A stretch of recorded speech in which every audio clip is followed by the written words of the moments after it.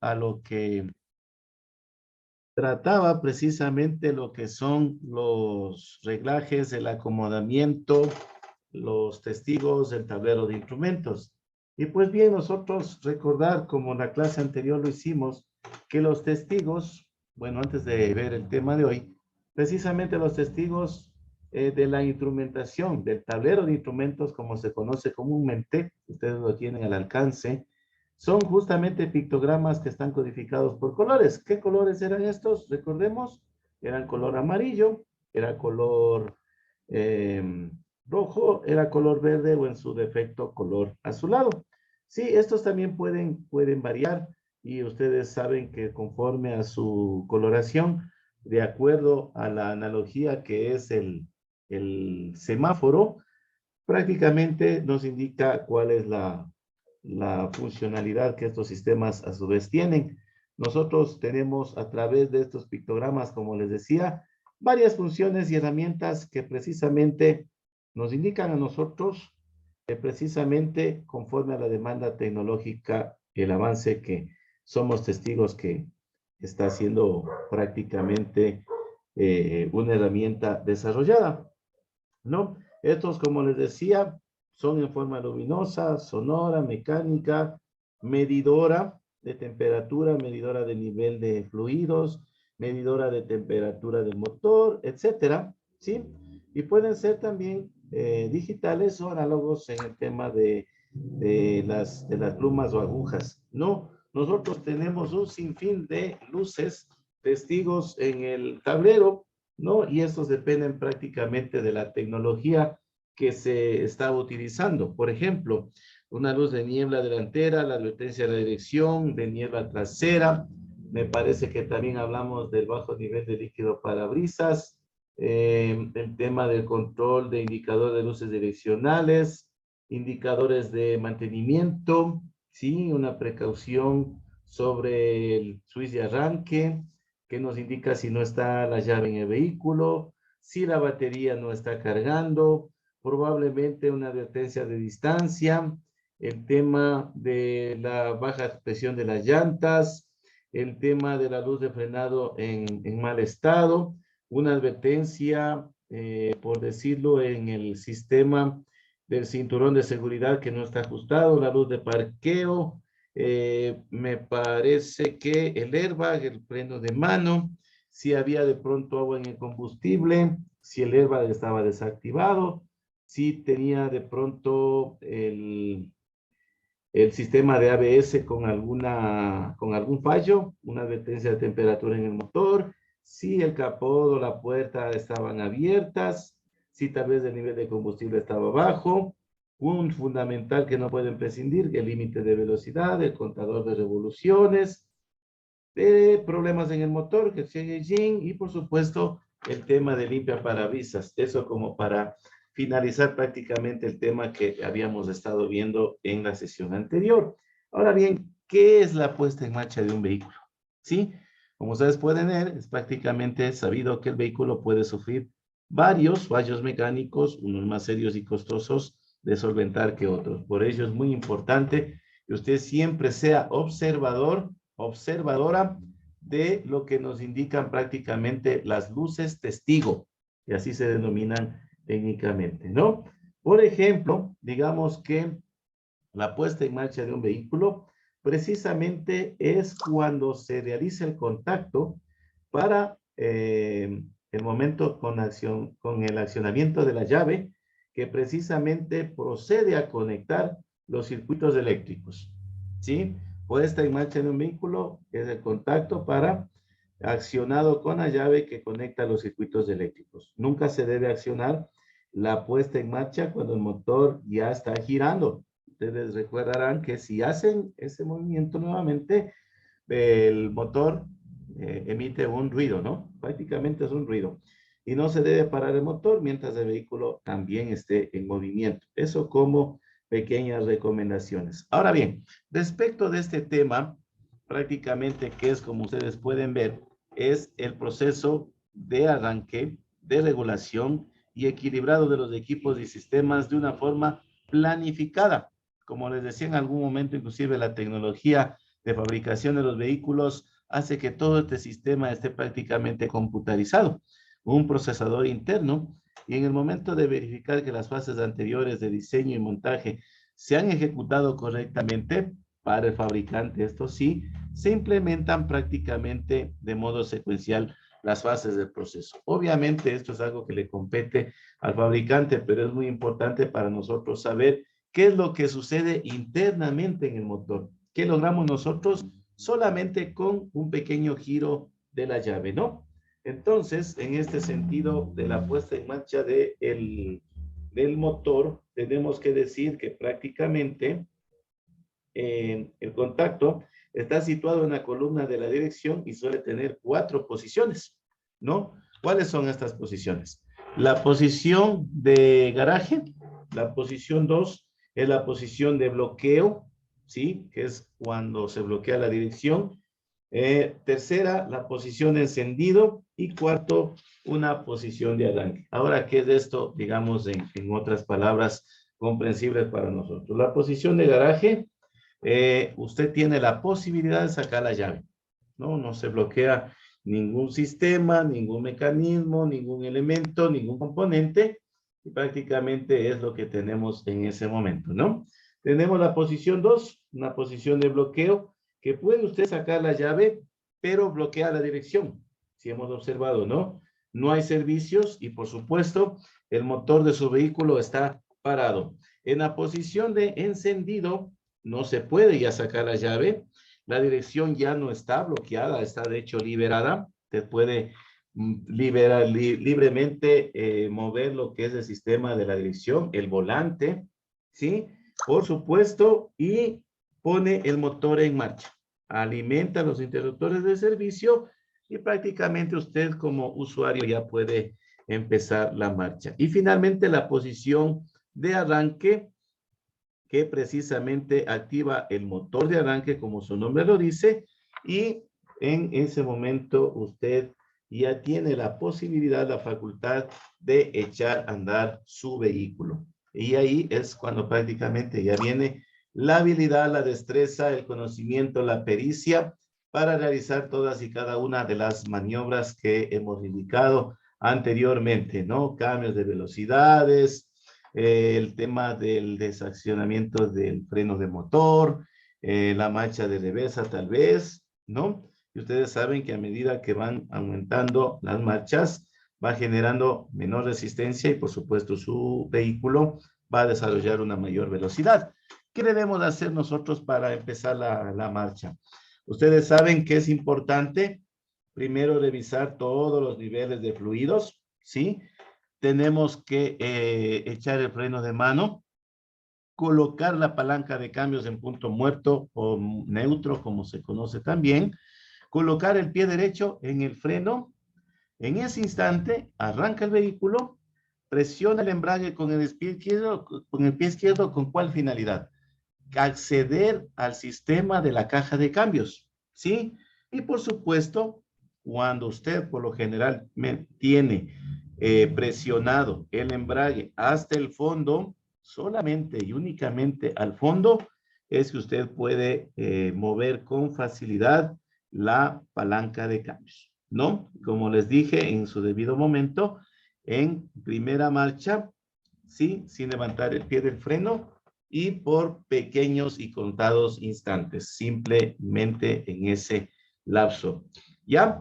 ¿Qué hace usted como conductor o cuál es el mecanismo que hace que el vehículo permanezca en marcha? Es decir, que no se le apague.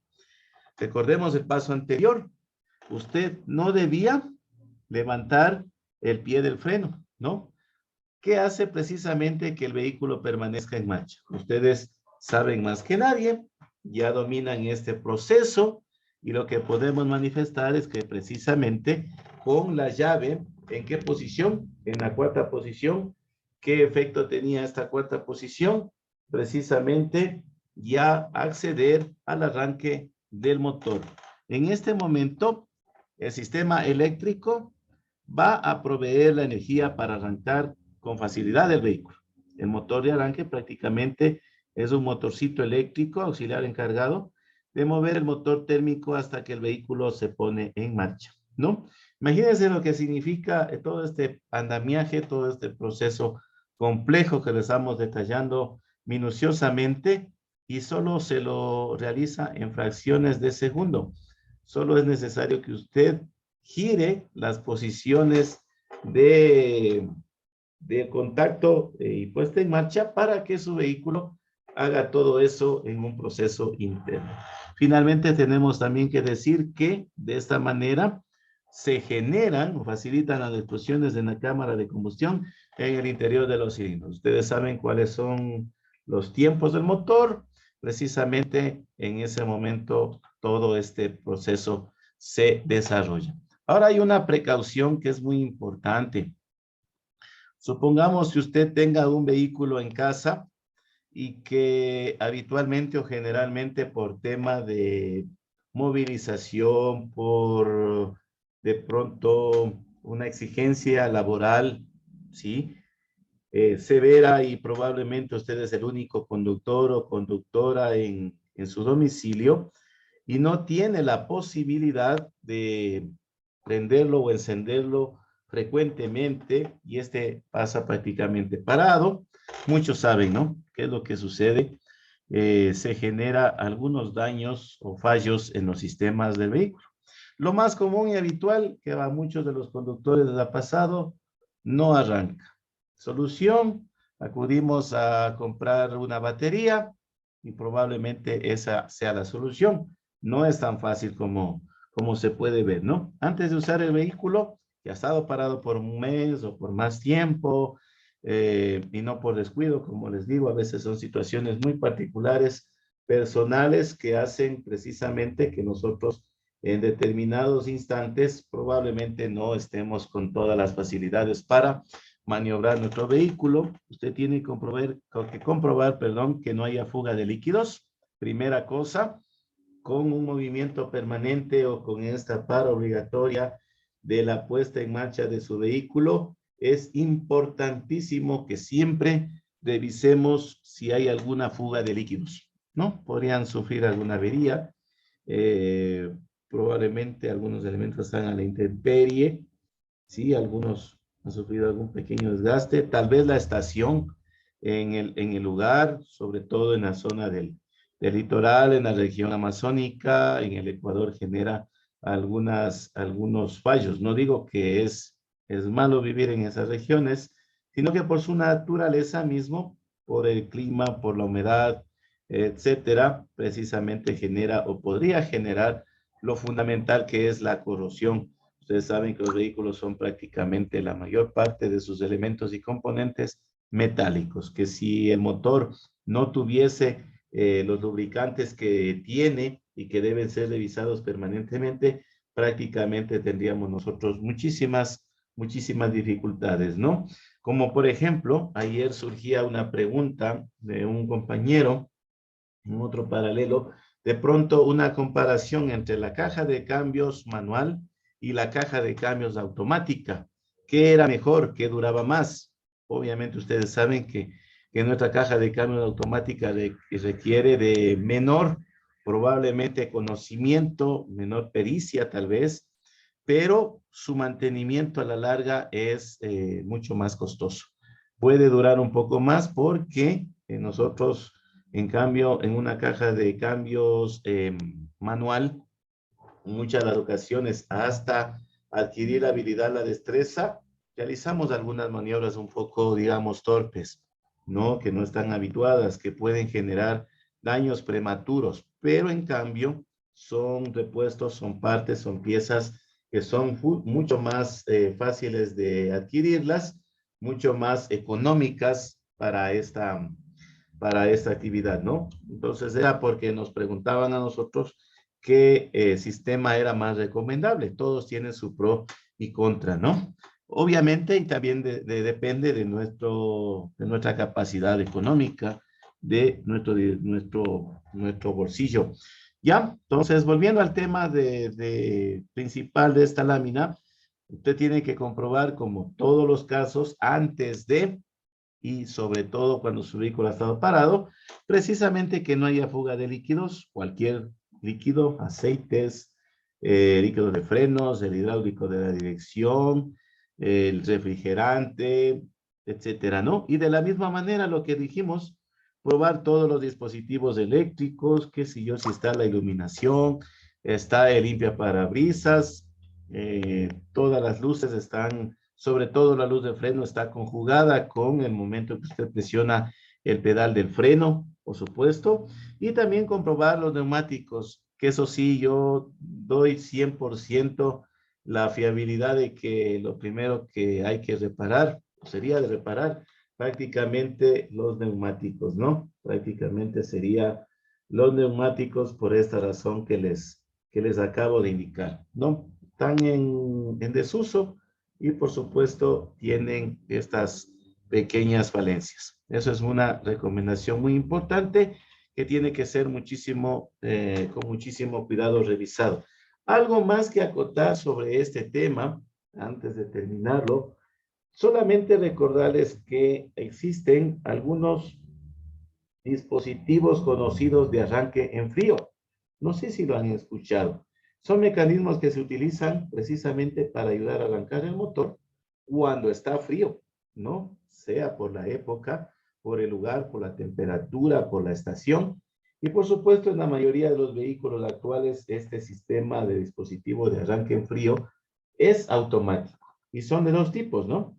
El estándar que actúa aumentando la cantidad de combustible, gasolina, y el estrangulador que prácticamente actúa disminuyendo la cantidad de aire en todos los ductos. ¿Sí? Ustedes saben que mientras más rápido sea el acceso del carburante hacia las cámaras de los cilindros, usted va a tener una mejor o más pronta ignición, explosión, digámoslo así, y el motor se va a poner en marcha de manera pronta, oportuna, ¿no? Eso en cuanto tiene que ver a los factores importantes, relevantes en este tema que queríamos nosotros también tratarlos con ustedes, ¿no? Ahora bien, mirando esta imagen que tengo en la pantalla, recordar un temita adicional, ¿no? Todo lo que usted prácticamente tiene a su alrededor dentro del vehículo se denomina habitáculo del automóvil. El habitáculo prácticamente debe tener un clima o ambiente adecuado. El habitáculo de su vehículo debe estar ventilado y no debe haber en el interior de la cabina ni mucho calor ni mucho frío. Ustedes saben que prácticamente uno de los extremos de temperatura de este tipo van lamentablemente a generar apariciones de fatiga, de microsueño, de estrés. Y recordemos que estos eran factores muy negativos para lo que es la conducción.